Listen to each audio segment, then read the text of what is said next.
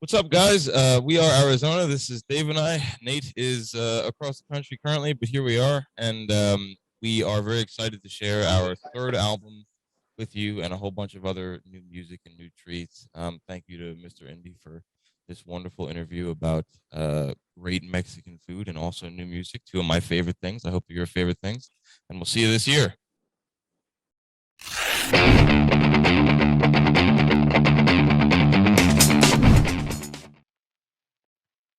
We actually just finished the album. Um, we finished some of the, I guess, last bits of the process. I don't know how long it's been, Nate. I mean, it's definitely been the better part of at least most of this year that we were working on it. But we went down the rabbit hole and we just finished it all up. Now I think the exciting part for us now is figuring out kind of what the back half of the year looks like, and we're looking forward to putting some singles out pretty soon. I think we're looking at like October-ish to release one of the singles from the album, and gonna be probably rolling out new music and content and stuff through the end of the year up to the holidays, and then looking at probably sometime undecided exactly when, but top of next year for the album. There was definitely a lot of challenges. I mean, going through COVID, I think, was sort of the top part of when we started looking at doing an album. And it was really just the beginning. I mean, it was a long process for us. And Nate, like, what were some of the, I mean, I guess I'm just kind of not forgetting, but like, what are some of the biggest challenges you felt like were present this cycle for us? Well, I mean, it's kind of funny. I think COVID was less of a challenge for us as much and more like, honestly, I think COVID helped us finish this album more than anything. Yeah. Because we first started writing this album like the end of 2019, top of 2020, like right before COVID hit. And like, at that time, like we were all just so burnt out, like after being on the road for like, what was it, like 3-4 years straight, like nonstop. So like COVID rolls around and we all looked at each other and we're like, I think this is our chance to just kind of take a break for a little bit, settle down, like turn off our phones, reset. Yeah. Like I don't think I talked to Zach or Dave for like the first 2 or 3 months of COVID. But like coming back from that and then entering into a new flow with everything, it reinvigorated us. Like it renewed our friendship, it renewed our creativity, and we just came back at this album way stronger for it. Yeah, that was an interesting time period because that's sort of when that's sort of when a lot of stuff was going on for a lot of us. And COVID was just kind of one of the things going on in the world. But I guess the real challenge was getting back into the flow of things afterwards and sort of approaching the third album with like a new mindset, just trying to figure out, what exactly it looked like for us. Like if we were going to come back and try to find our roots again after such a discovery period for everybody, what was that going to look like? And so when we got back into the studio, we sort of realized that the third album was going to be a little bit of a mix of brand new stuff that we had written just like the past 2 years, some records that we had lying around since maybe a little bit after Gallery and through Asylum. It didn't make the cut for Asylum. We had these great songs that we really, really, really wanted to do something with, but they never found a home. And so it was a challenge because it was like we have a whole bunch of new music and we still have songs that we love that never found a home. How do we create a home for new music and some of this other stuff put together and make it all kind of feel the same? And it was tricky, but I think we found a nice happy medium. There are some classic kind of Arizona sounding songs there, and there's also a lot of like dancey songs as well. But album 3, which I believe is what we're calling it, by the way, is not necessarily, I don't know the word for it. I mean, there's a lot of thinking songs on that album. I mean, it reflects a lot of what we all had gone through the past few years, but we still, in Arizona fashion, I mean, we wrote a lot of, songs like that, but then tried to pair it with just having fun with the music. So it all feels pretty upbeat and good, but it was a album that we started over COVID and went through the past few years. So the songs are a little different than the way it sounds. So, we had fun though, for sure. Definitely an interesting project. In a perfect world, the way that we'd like to sort of do it is, we have a single planned for October. we'd like to get another few out throughout the rest of the year, whether that's another 2 or 2 singles or 3 singles, whatever it is, up until the holiday, and then like obviously then we can all listen to holiday songs through the holidays, and then like during it's when the new year starts, hopefully we're looking at releasing it sometime, I mean maybe February, and I think we'd also like to pair that with going on a tour in February as well with the album. So that's the idea right now. I mean, nothing is set in stone, but that's what we'd really like to do. That's what we're looking at right now. Ooh, that's a good question. I feel like they're gonna always sort of be somewhat about that because it's what we deal with a lot. But I don't know. I haven't. How much have you listened to the album front to back in the order that we have it right now, Nate? I mean, it definitely, like, just the nature of who we are and how we write it all deals with mental health and anxiety.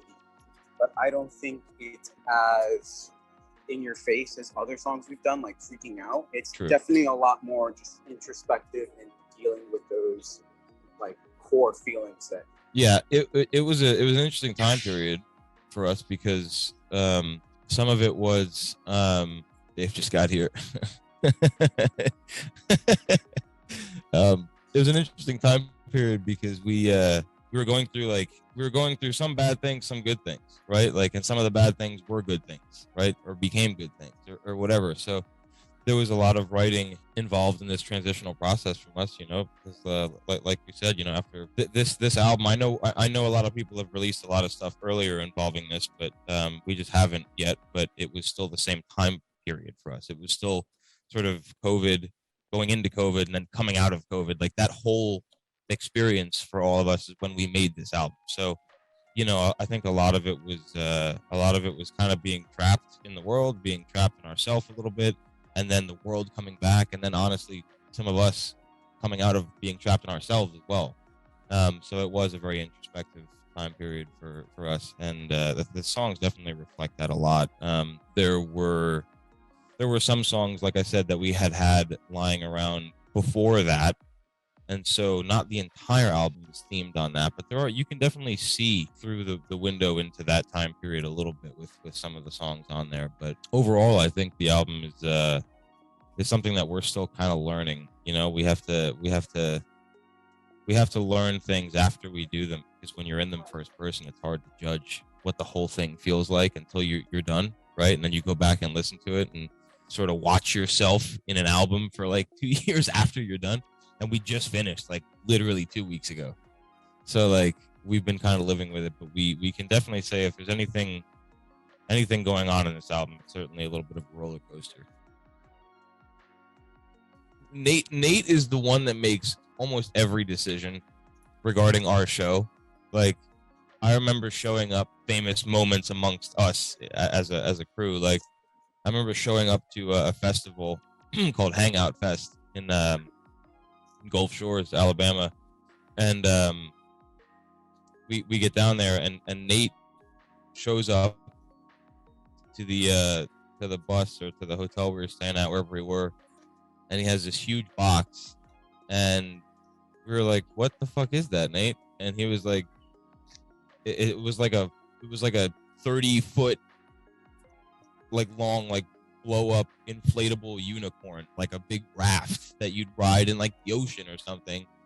And he was like, "We're gonna basically blow this thing up, and then we're gonna take it out during Brave Enough, during one of our songs, and at the drop we're gonna throw it into the crowd, and then we're gonna dive onto it, and we're gonna crowd surf in this massive unicorn."